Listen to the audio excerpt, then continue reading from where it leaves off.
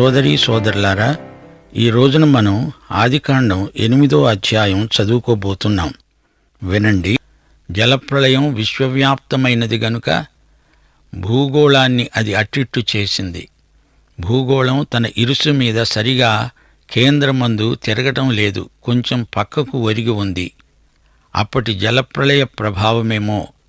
భూమి తన చుట్టూ తానే ప్రదక్షిణం చేస్తోంది గదా. అందుచేత ఈ ఋతుచక్రం, కాలభ్రమణం తిరుగుతోంది. అందుకే కవి అన్నాడు, సరదాగా భుజశక్తి మీర ఎప్పుడో క్షమానామకంబైన బొంగరమున్ త్రిప్పితివి దేవా. ఆ పరిభ్రమణ వేగం క్రమబద్ధం, లేకపోతే అది ఎటు ఒరుగుతుందో ఏమో. జలప్రళయానికి ముందు మానవునికి స్వభావసిద్ధమైన లక్షణాలు 3. దేవునికి తిరుగుబాటు, ఎదురు తిరిగాడు, తిరగబడ్డాడు. 2. ప్రత్యక్ష ప్రభావం, దేవుడు మనిషిని తిరస్కరించాడు. నోవహు సాక్ష్యం పరిశీలించండి. 3. పశ్చాత్తాపరాహిత్యం, మనిషి తప్పిపోయి కూడా దేవుని దగ్గరికి రాకుండా బింకంతో బిగదీసుకుంటున్నాడు. దేవుడు అనుగ్రహించిన ఆశ్రయ సదుపాయాన్ని కాదు పొమ్మంటున్నాడు.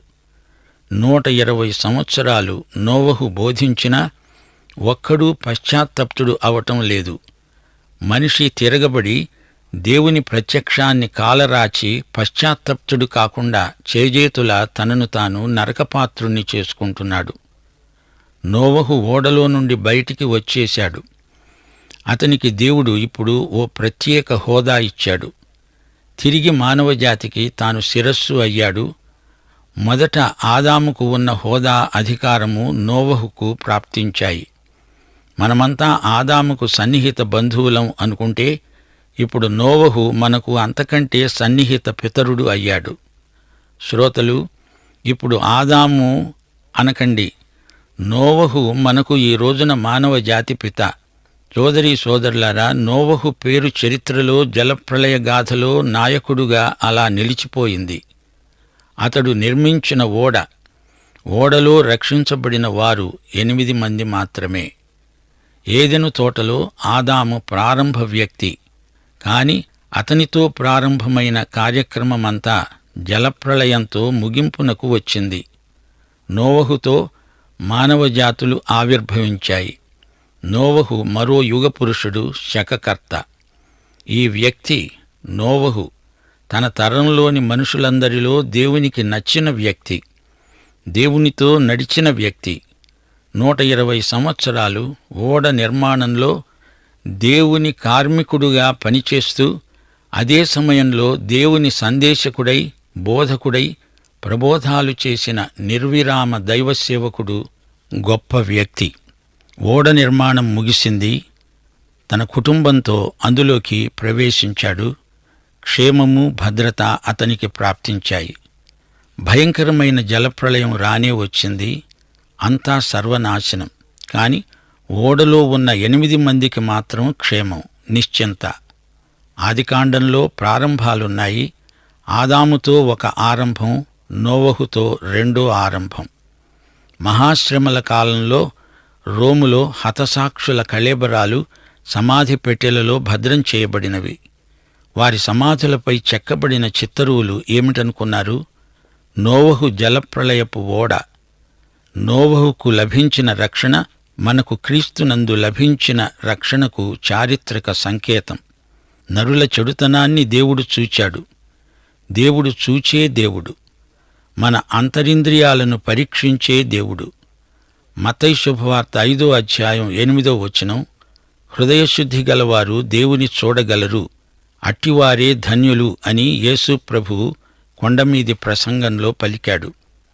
మానవులు దాచిపెట్టుకున్నదంతా దేవుడు తేటగా చూడగలడు. చీకటిలో కూడా అంతా దేవుని కన్నులకు కనపడుతుంది. ఆదాము నిషిద్ధ ఫలం తింటుంటే దేవుడు చూడలేదా? యాకోబు వారిని వీరిని మోసం చేసినప్పుడు దేవుడు చూడలేదా? ఆకాను చౌర్యాన్ని దేవుడు చూడలేదా? దావీదు చేసిన చీకటి తప్పును దేవుడు చూడలేదా? తనను అప్పగించబోయే ఇస్కరియోతు యూదా అంతరంగాన్ని ఆయన చూడలేదా? ఒట్టు పెట్టుకొని యేసును నేను ఎరగనే ఎరగను అని బొంకిన పేతురు మనస్సును ఆయన చూడలేదా? అందాక ఎందుకు? మనం దేవుని మాట వెనక ఆయన ఆజ్ఞలను ఉల్లంఘిస్తే ఆయన చూడడా? ఆయన అంతా చూస్తాడు, అందరినీ చూస్తాడు. ప్రజల పాపభూయిష్టమైన బతుకులను ఆయన చూచాడు. హృదయశుద్ధి లేని వారు దేవుణ్ణి చూడలేరు గనుక దేవుడు తమను చూడటం లేదు అనుకుంటారు బుద్ధిహీనులు. దేవుడు లేడని అనుకుంటారు బుద్ధి లేనివారు. దేవుణ్ణి, ఆయన కట్టడలను మరచి ప్రజలు ఇష్టం వచ్చినట్లు బ్రతుకుతూ ఉంటే దేవుడు చూస్తూ ఉంటాడు గాని చూస్తూ ఊరుకోడు, చర్య తీసుకుంటాడు. అయితే జలప్రళయం వచ్చింది. ఈసారి జలప్రళయం కాదు, అగ్నిప్రళయం రాబోతోంది. నోవహు దేవుని దృష్టిలో కృపను పొందాడన్న మాటను మా శ్రోతలకు మరోసారి జ్ఞాపకం చేస్తాను. దేవుడు మనిషి పాపాన్నే కాదు, మనిషిలో ఏదైనా మంచి ఉంటే అది కూడా దేవుడు చూస్తాడు. 103వ కీర్తన 10వ వచనంలో దావీదు కవిరాజు గానం చేస్తూ అన్నాడు, దేవుడు మన పాపములను బట్టి మనకు ప్రతీకారము చేయలేదు, మన దోషములను బట్టి మనకు ప్రతిఫలమియ్యలేదు. చుట్టూరా పాపం పేరుకొని దట్టంగా ఆవరించి ఉన్న రోజుల్లో నోవహు దేవునితో నడిచాడంటే అది గొప్ప సంగతి. దేవుని మనిషి నోవహు. ఆ తరంలో దేవుని కృపను పుణికి పుచ్చుకున్న మనిషి నోవహు. దేవుని దీర్ఘశాంతం 120 సంవత్సరాలు ప్రవర్తిల్లింది. ప్రజలు తమ మార్గాలను మార్చుకుంటారని దేవుడు దీర్ఘశాంతం వహించాడు. విశ్వాసమును బట్టి హనోకు నిరీక్షణను సాధన చేశాడు. సోదరీ సోదరులారా, గమనించండి, గ్రహించండి. తిరస్కరించబడిన దేవుని ప్రేమ తీర్పుగా పరిణమిస్తుంది. నోవహు ఎలాంటి వ్యక్తి? అతడు దేవుణ్ణి విశ్వసించినవాడు నిజమే, కాని అతడు విధేయుడు కూడా. దేవుడు నిర్ణయించిన మార్గమే అందరికీ. నోవహు ఓడను మించినది యేసు రక్షణ ఓడ, శిలువ ఓడ. ప్రార్థన చేసుకుందాం.